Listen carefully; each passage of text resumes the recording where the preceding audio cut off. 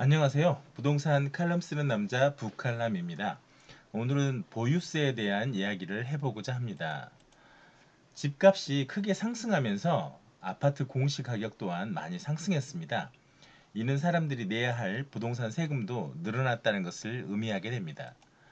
아파트를 중심으로 공동주택 공시가격이 17%로 크게 올랐는데 이로 인해 보유세도 급등했습니다. 여기서 정부는 보유세 부담 완화 방안을 내세웠는데요. 1주택자들은 안도했고 다주택자들은 한숨을 쉬게 됐습니다. 정부는 1가구 1주택자 실수요자에 대하여 부담 완화 방안을 대책으로 내놨습니다. 1가구 1주택자에게 재산세와 종부세, 과표시, 지난해 공시가격을 적용하는 것입니다. 또한 올해 1가구 1주택자에게는 보유세는 물론 건강보험료 부담까지 지난해 수준으로 동결한다고 합니다. 이 방안은 어떤 현상을 야기할까요? 먼저 주요 단지들을 살펴보도록 하겠습니다. 송파구 잠실 주공 5단지의 경우 공시가격이 작년 18억 5,600만 원에서 올해 21억 2,400만 원으로 올랐는데요. 보유세는 작년 1,082만 원에서 1,125만 원으로 43만 원 더 내게 되면 됩니다. 올해 공시가격 상승분을 적용하면 보유세는 1,534만 원 정도를 냈어야 하는데 말이죠. 광장 현대 5단지를 살펴보도록 하겠습니다. 작년 공시가격이 10억 3,800만 원이었는데요. 보유세는 작년 305만 원에서 올해 310만 원으로 5만 원만 더 내면 됩니다. 올해 공시가격 상승분을 적용했다면 보유세는 389만 원을 냈어야 하게 되는 거죠. 다만 1주택자라고 해서 안심해서는 안 됩니다. 올해는 한시적으로 공시가격 상승분을 반영하지 않았기 때문에 세금 부담이 줄었던 것입니다. 내년에는 어떻게 될지 모릅니다. 2년치의 상승분이 반영되는 상황이 발생할 수도 있겠습니다. 그러니 내년과 내후년에 이런 상황이 발생했을 때 어떻게 대처해야 할지 준비할 필요가 있겠습니다. 다주택자의 상황은 다릅니다.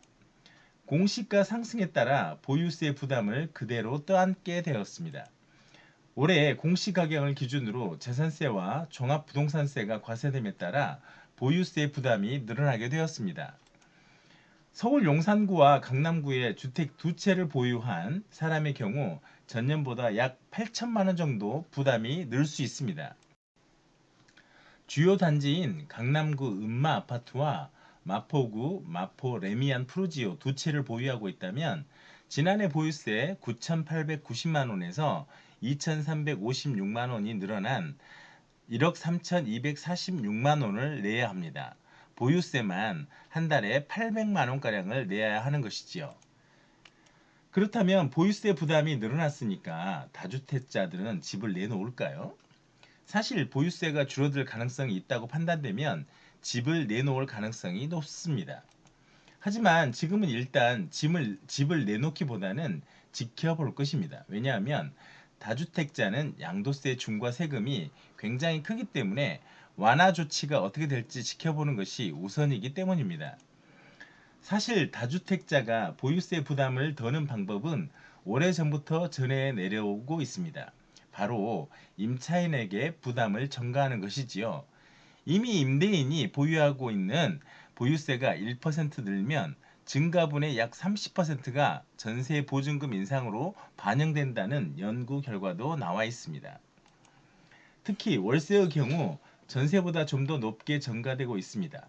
보유세가 1% 증가하면 월세 보증금은 46에서 47%가 증가되는 것으로 추정됩니다.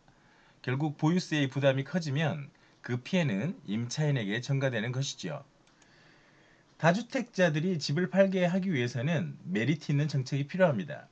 실제로 다주택자들은 새롭게 들어서는 정권의 부동산 정책을 유심히 지켜보고 있는 상황입니다. 추후 정책의 방향에 따라 본인이 유리하다고 판단되는 쪽으로 움직일 것입니다.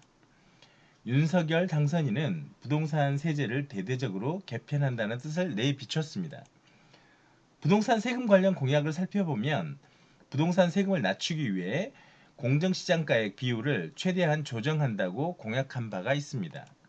또한 1주택자의 경우 종합부동산세 세율을 현 정부 출범 전 수준인 0.5에서 2% 범위로 낮추고 한 채를 오래 보유한 사람이 집을 팔거나 상속할 때 종부세를 유예할 수 있도록 종부세 부담을 낮추고 재산세와 합치겠다고 약속했습니다.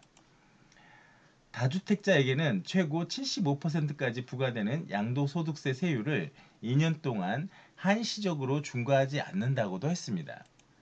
그리고 취득세와 관련해서는 첫 집을 살 때 세금을 면제 또는 1%의 세율만 적용하는 방안을 공약하며 집과 관련된 세금을 지금보다도 낮추겠다고 했습니다.